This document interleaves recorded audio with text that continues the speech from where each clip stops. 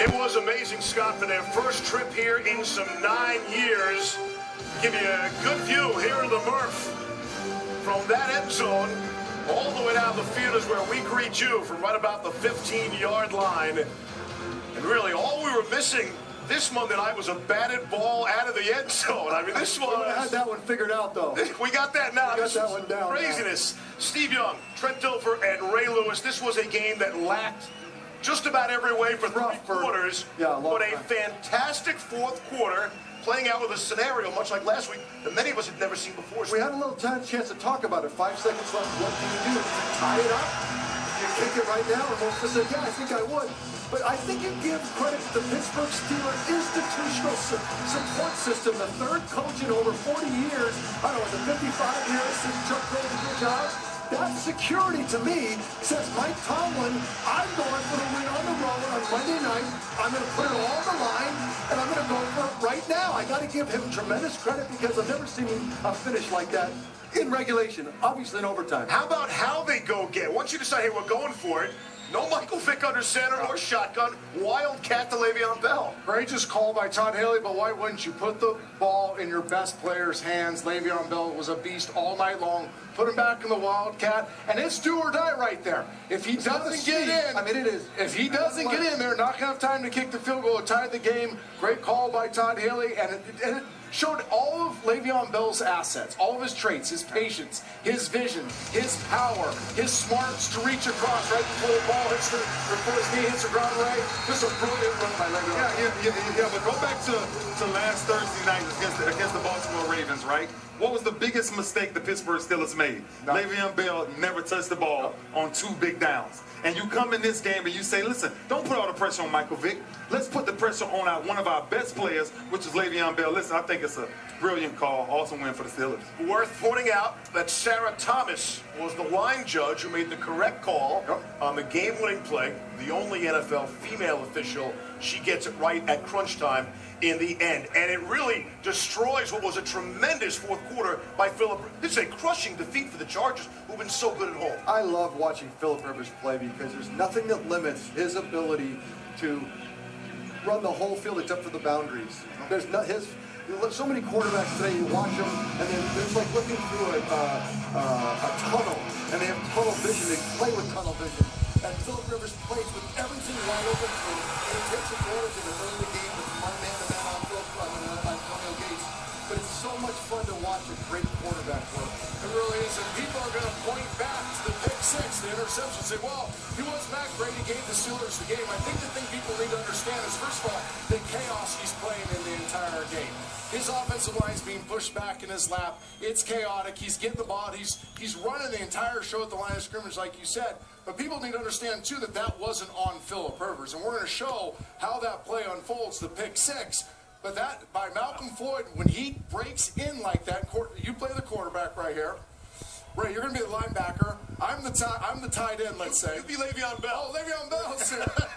We're just explaining the interception. We'll go to that next. This is more important. Yeah, this is more important.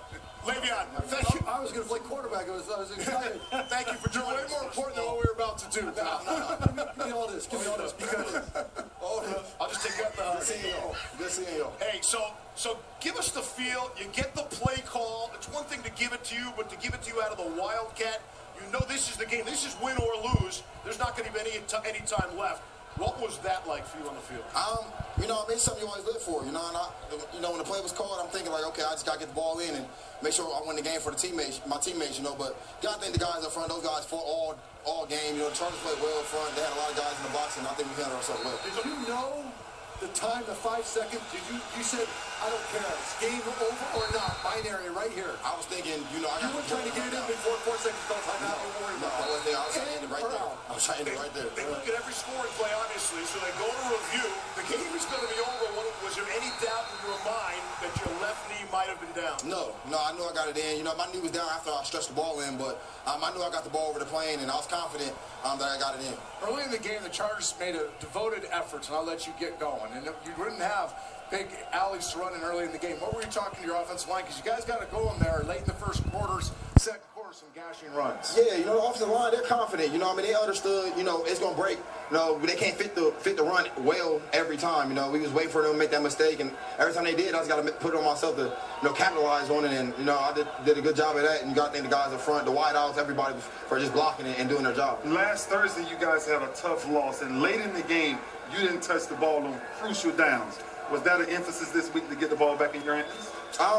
No, I guess you could say that. You know, I mean, coaches did a great job of, you know, making, you know, they adjust to their mistakes, you know, just like the players got to do, you know. So I'm pretty sure they probably adjusted, trying to find a better play for a situation, and we was kind of in that same situation, you know. So I'm glad, you know, we overcame it this time. Was there any discussion that you heard in the huddle or the sidelines around kick it, tie it up, go overtime, or go for it? We knew he was going for it, you know. All the way.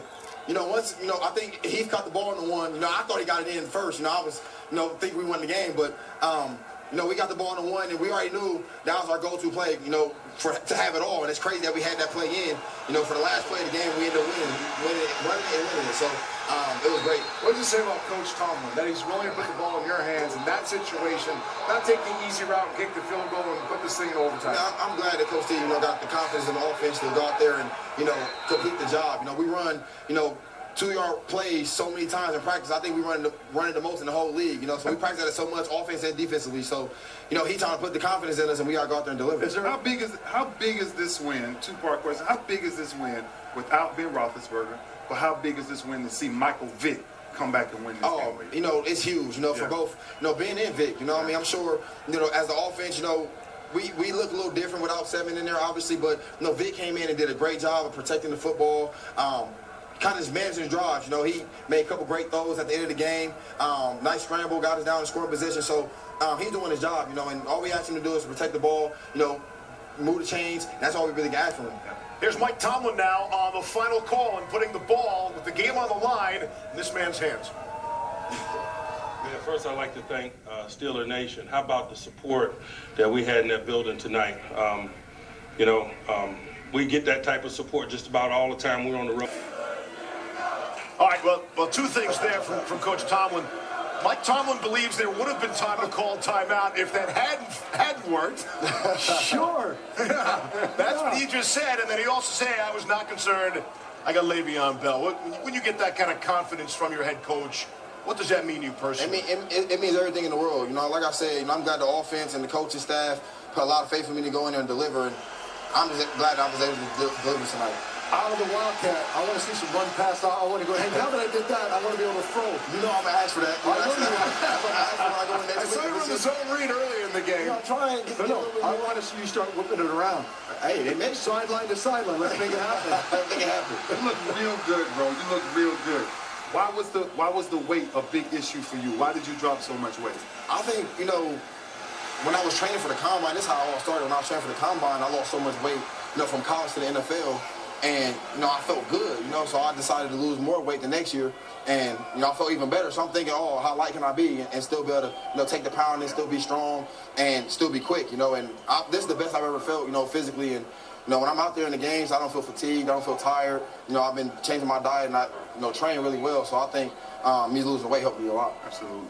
Well, officially, this was, of course, a road game. Must have seemed like a home game to you guys. Yeah, it seemed like a home game. Steeler Nation's still here. Steeler Nation. Crazy over there. Got a tip of the cap from Mike Tomlin as well. You guys were dealt a crushing blow 10 days ago, and now you crushed the hearts tonight of the San Diego Chargers. Le'Veon Bell, he had 111 rushing yards. He needed every inch of them. Steeler Nation still here as we send it back to SVP.